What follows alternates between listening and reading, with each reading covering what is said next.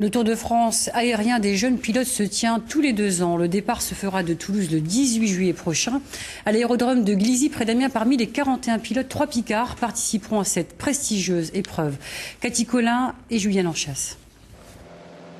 Il a attrapé le virus à 9 ans. Il était passager d'un Paris-Toulouse.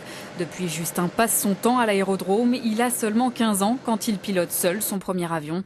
Cette année, il a été choisi pour participer au Tour aérien des jeunes pour ses qualités de navigation, de comportement et de motivation. Pour moi, c'était mon rêve de pouvoir réaliser ça. Pouvoir prendre un avion, partir dans le sud de la France, faire un tour de France à plusieurs. En plus, on est plusieurs à partager notre passion. C'est vraiment une chance exceptionnelle. Pendant 10 jours, Justin, Simon et François passeront environ 2 heures par jour à près de 1000 mètres d'altitude, 6 étapes en partant de Toulouse et des épreuves en vol.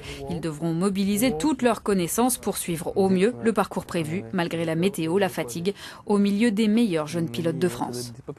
Les navigations ne seront pas faciles. On est noté sur des navigations avec des points de repère qui ne sont pas forcément très évidents à repérer. Donc le vol va être intensif, la préparation aussi, parce que voilà, quand on part en vol, il faut faire une préparation correcte. Les feux de position, à gauche c'est bon, à droite c'est bon. Le Tour aérien des jeunes pilotes, c'est un défi, une aventure et un atout pour ces étudiants qui ont bien l'intention de faire de leur passion leur métier. On va rencontrer beaucoup de gens, donc comme des pilotes de chasse, des pilotes de transport de l'armée de l'air, mais aussi des pilotes dans le civil, des pilotes d'avions de ligne ou des instructeurs d'aéroclub. Et ça permet donc de diversifier la vue qu'on a du monde aéronautique.